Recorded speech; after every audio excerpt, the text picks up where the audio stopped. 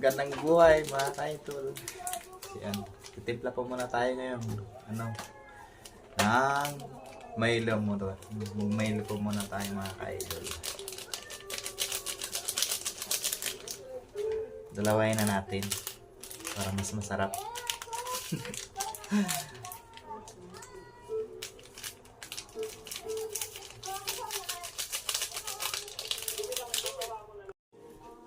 Wala po pala kaming takore dito mga kainan. Kaya ito na lang ang ginawa namin.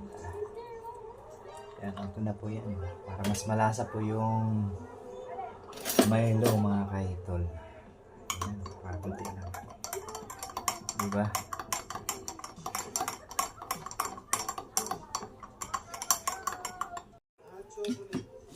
Bali po pala mga kaitol. Kakain na rin po kami. Kaso nga lang yung ulam po namin ngayon, today's mag-tuna dilata muna tayo. Kasi hindi po tayo nakapamalingki.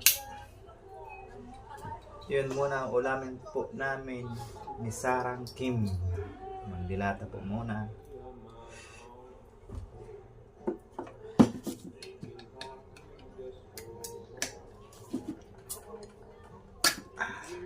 Iba-iba pong putahe rin po yung dilata po namin.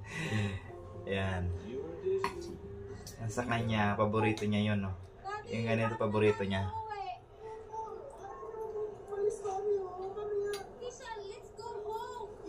Yan nga ang gusto niya laging ulam, eh. Pero hindi man po pwede palaging ganyan ulam niya. Paminsan-minsan lang. Yan, let's eat na po mga kaidol.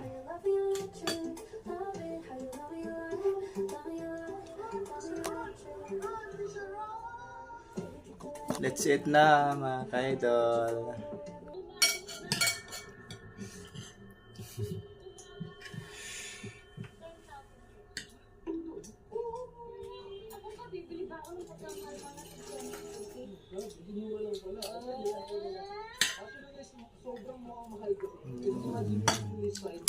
Yum. Adobo sa kanya, Dexin oil tuna.